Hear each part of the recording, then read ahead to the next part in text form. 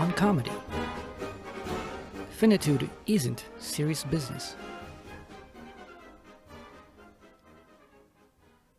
While comedy in the classical sense is merely the category of stories which have a good ending, it is no surprise at all that much of comedy was, well, funny. Why would comedy have a natural affinity with funny things? Why are things funny anyway? Certainly there is an element of surprise, of something turning into the unexpected, of the undermining of expectations, and of the dawning realization that one has been a fool. Things are funny and that all that seemed wrong was well in the end. That is all well and good, but what is the form of the funny in its most abstract?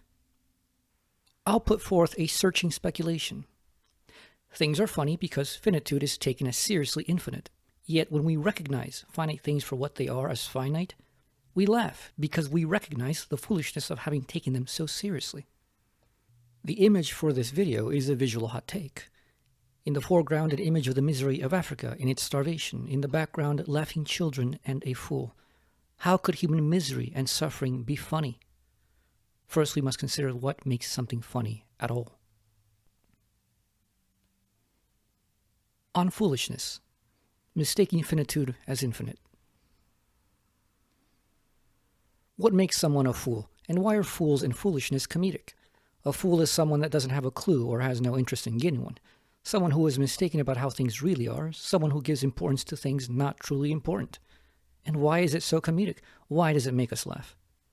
Because, so we think, we can see and know what the fool does not.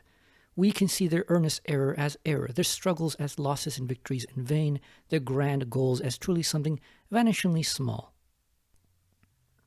Suppose that we take life seriously. We all know those lovers who love so intensely that life is nothing without love.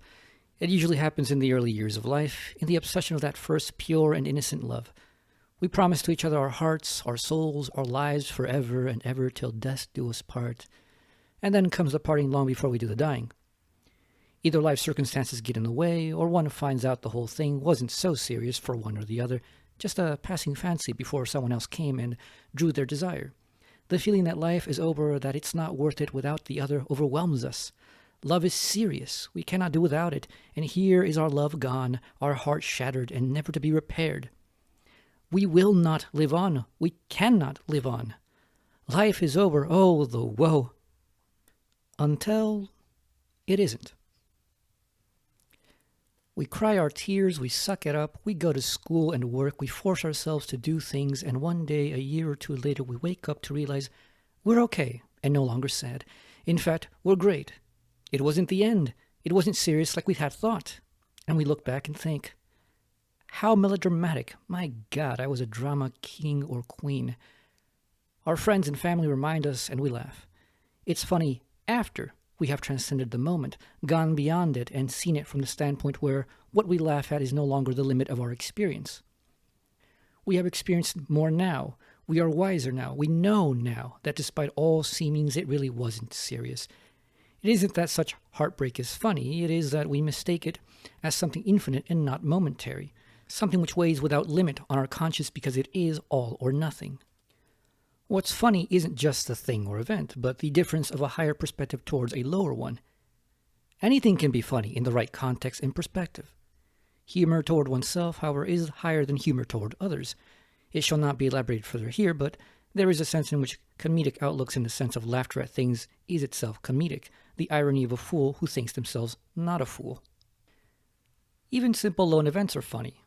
I, for example, tend to laugh when I injure myself by being careless. I don't have to cognize and conclude that I was foolish and then laugh, of course. I just laugh. Hitting my elbow on a blind turn is certainly staggeringly painful, yet I immediately laugh. My conscious perspective is beyond the pain, even as it dominates my body. I also tend to laugh when it's an accident, even when it's someone else's fault. I'm not laughing at my foolishness or theirs. Rather, I laugh at the foolishness of life, where such injustice happens. Life is full of unseen problems, yet I expect them to occur, and in that perspective, I am beyond such problems. Their occurrence does not ruin my day. The juxtaposition of infinity and finitude is all over the place in everydayness. Simply walking down the street only to have some camouflage-costumed prankster jump out of you from an innocuous trash can is an example. We walk without thought, engrossed in whatever we have our attention on, and suddenly something shadows our everyday experience as something unexpected and unaccounted. If we are normal, we will react not just in surprise, but with defensive reflex at being spooked by the truly unexpected. Our hearts pound, we scream, we begin to act, and then we are confronted with the reality. We got pranked.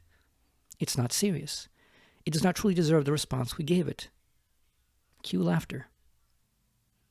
But foolishness does not exhaust all that is funny. It is only one concrete form of transcended finitude.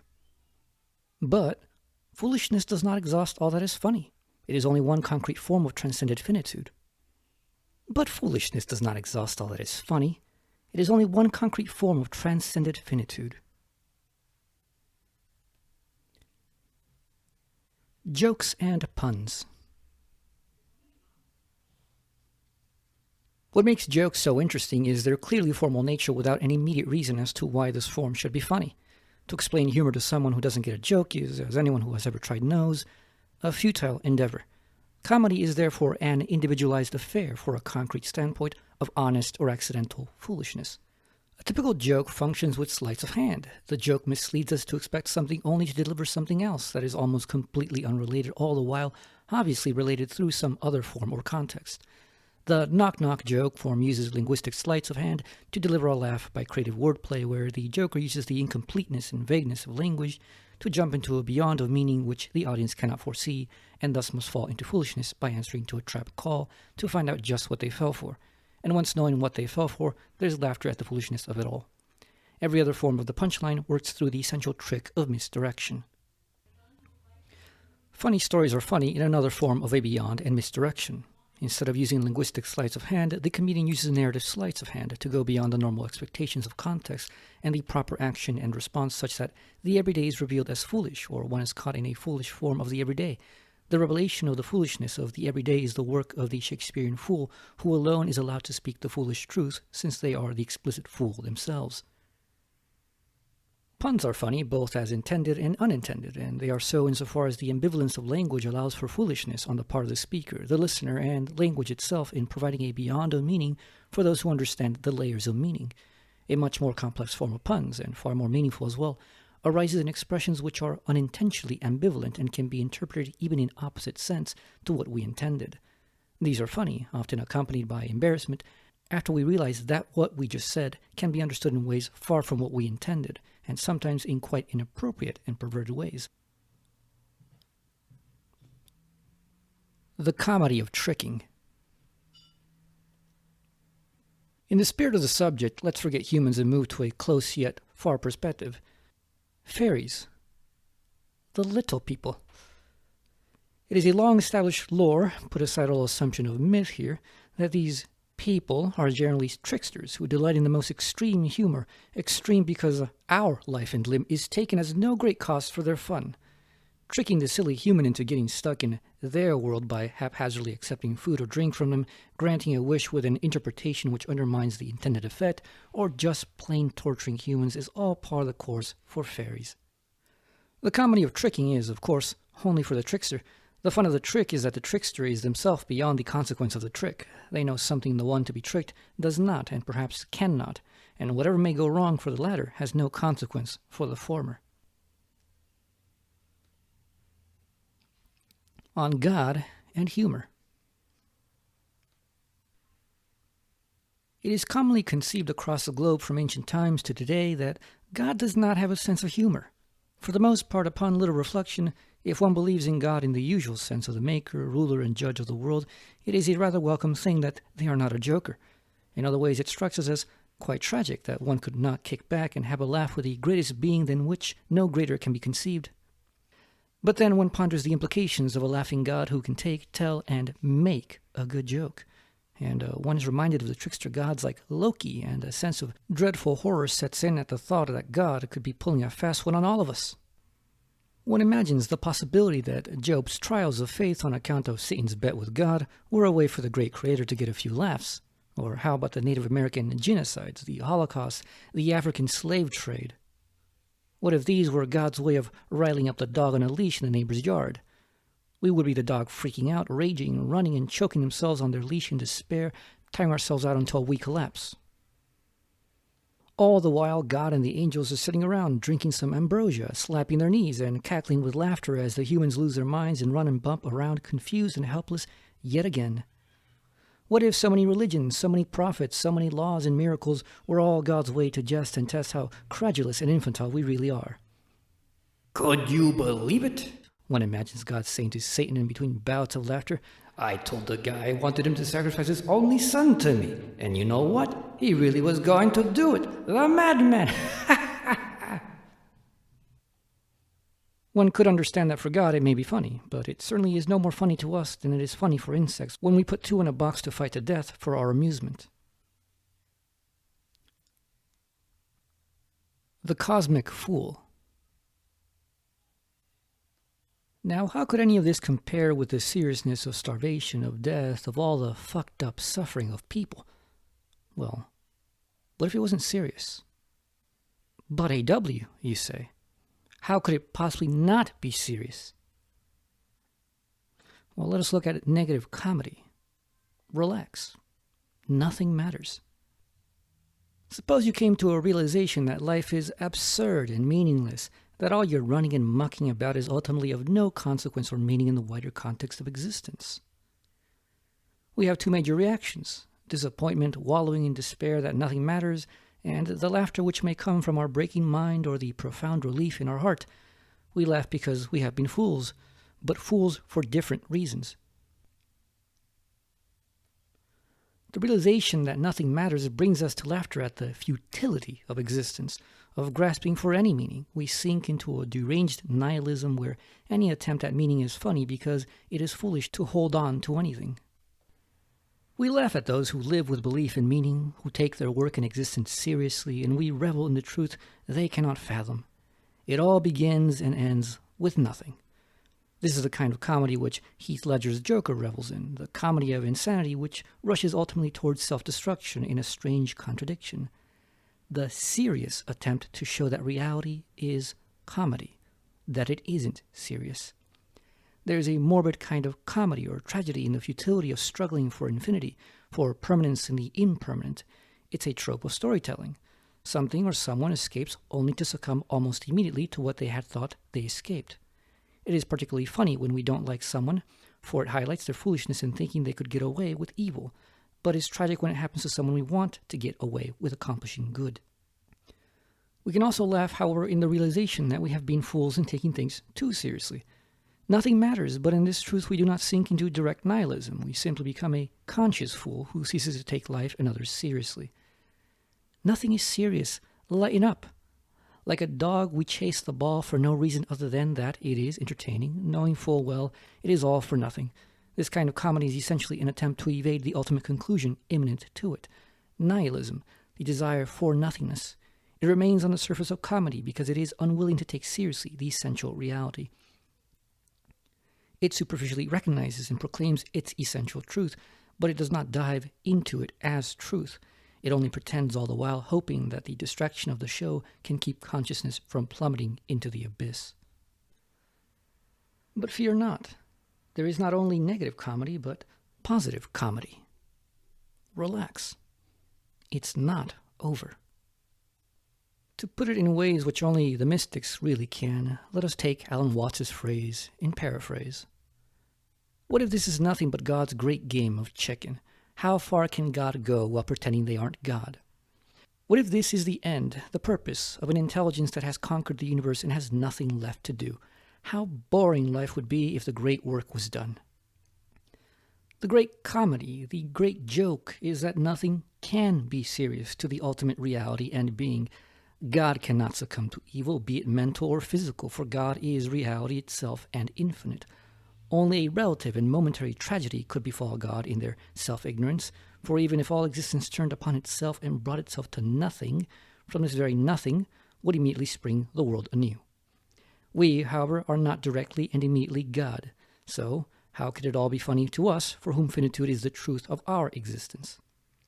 One can take only a deluded solace in identifying their individuality immediately with this supreme reality if one is not gifted with enlightened experience where this is made explicit to us. It is not a rare tale at all that Buddhas, yogis, and other enlightened individuals return from their experience with laughter and joy. How could they not? Death is not real. We cannot die. Finite individuality is not real. No one is truly suffering when suffering itself is only illusion, soon to fade away in the night of the divine dream. In light of that higher reality, the time and intensity of pain here is like a quick momentary itch of no consequence. To them who know, we are indeed a funny set of fools, but it's only funny because they comprehend why we are fools. They themselves were fools. Very little changes if we determine that the reality is even more concrete. Not only that God exists and cannot lose, but that I continue to exist and cannot lose within God, for I have a direct and imminent share in God's being. I am part of God. Let us look at dramatic comedy. If the world is a comedy, if it is to be worth anything as a funny comedy, we must have this moment of taking it seriously. For a moment, comedy must be the most serious drama. We must put ourselves further and further closer to the dangerous edge of immersive forgetfulness, where we are convinced that the possibility of finality as infinite is real. The further we go towards the edge, the more we are convinced that this is it, that this is the real deal. We are at the edge, teetering on top of an abyss. Every little movement is of absolute seriousness and consequence. We remain or we fall and hold our breath as the moment passes. Nonetheless, we all must fall eventually. But as we fall and resist or resign to the finality of all, we find at the bottom a net which bounces us back up. All the fear, the despair, the desperate accounting of our lives and its regrets, the dread certainty of the absolute infinity that is the insurmountable end. It does not come to pass. It is not real. It is not serious. As one falls to their death, cursing life, cursing others, cursing the world, cursing God, fully defeated and resigned to the seeming truth that we had no chance from the beginning, one hits the bottom of unconsciousness, only to rise again screaming and tossing, waking up to consciousness to find it was nothing but a passing nightmare. Sweet relief! A calm sets over us, and as waking reality dawns on us more, we laugh. We laugh because despite how real it seemed, it wasn't. Despite how horrible and final it all felt, it wasn't. Despite how serious it seemed, it wasn't. It becomes even more funny when others witness our waking, our desperate squirming, our occasional screams, and our desperation as we dreamed, and they, knowing it was only a dream, watch our foolish plight. Their laughter reassures us, and we laugh at ourselves as well. Morbid comedy. But even if this is really the case, can we truly laugh at the horrors of the world? Can we truly laugh at the Holocaust, at genocide, at torture, at starvation? It is not only possible, but we do laugh at it when it is the plight of others, when it is not serious to us because we have not suffered them. However, we also laugh at them when we have suffered them, for we know that those who take them as absolutely serious are fools. Why do we laugh at melodrama? Because we know it's an overreaction, that it's not as serious as that person is making it out to be. The individual may entirely believe it is that serious. They really do experience all the psychic pain associated with that weight, but we know it can and should be otherwise, given the actuality of the moment of pain. The perspective and reality are not equal, of course. This inequality, however, is precisely why, even if it is all comedic in the end, it isn't immediately funny on a personal or empathetic level. What is funny is not what happens, but how and in what perspective it is perceived to happen. It isn't that horrors are funny, but that we take them too seriously at first, only to realize later that they're not so serious. It isn't that murder, death, torture, starvation, etc. are anything in themselves to laugh at. When we are beyond what is horrible, it is funny precisely because it no longer has infinite determining meaning for us. It is not the malicious laughter at the experience of someone suffering, but the joy of knowing that the truth of the matter is not as consequential, not as all-encompassing as one takes it initially to be. To those who suffer, this certainly must sound cruel and detached. And I agree. I shall relate something which I find rather amusing. In the overwhelming majority of mystical explorations and tales, it is a near universal fact that what are often classed as angels and God have no seeming sense of humor. The few that notice this and mention it speculate, if they are not told by the entities themselves, that the reason is precisely because of the sense of humor which finds its transcendence of others a joy, a humor which one can rightly determine as evil. What is amusing here is that this lack of humor is itself a revelation of the limits of these so-called transcendent beings. That they do not laugh at others is entirely understood, and I am in agreement with the reasoning as to why one shouldn't.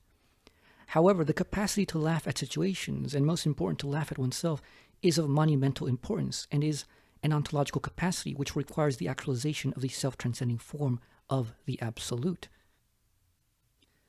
The failure to move past, to get beyond even the worst nightmares, not only makes us unable to laugh, but unable to heal and unable to free ourselves from our past. There is a need to indeed take things seriously, but only for a moment. Now, a moment can be relatively a short or very long temporal while. Nonetheless, it is a moment. It can, will, and must pass. Some lives are complex moments. Some are very simple. Nonetheless, they are all in all moments. There is nothing wrong with taking one's time with a moment, but some moments are best moved on by quickly. We can, and eventually we must, find laughter in the entire nightmare of history turned comedy in its consummation. At the moment of realization, of the awakening to and achievement of truth, we must turn to all that weighed us down, all the miseries, all the misfortunes, all our particular goals, all our momentary achievements, great and small, and see that they are finite moments which in and of themselves are nothings, without their momentary place in the whole of the Absolute, and within which they are transformed as mere stepping stones and moments of learning and building of something infinitely greater than all of these parts. The final comedy is that the world of our nightmare is a world we have inflicted on ourselves, in which we endure as a collective because we make ourselves to. This is no mere speculation, but a logical and empirical fact.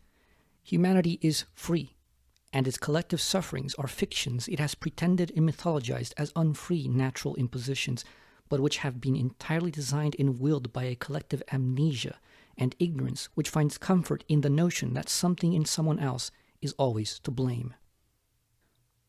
Horrors and atrocities are not funny. What is funny is that one thinks this single moment of our lives should become the whole of it, that with one stroke of negation we, the beings capable of self-transcending limitations, should bend the knee and give up the inheritance of freedom, and infinity. Looking out into the world, there are many who have survived horrors which are unthinkable, who have not accepted that this was their end, and who found a way to live and smile after it. They more than anyone understand the pain of such, and they more than anyone have the standpoint from which to truly laugh when they see that for a pebble in our shoe, we have given up on walking. This has been Antonio Wolf. Thank you for listening.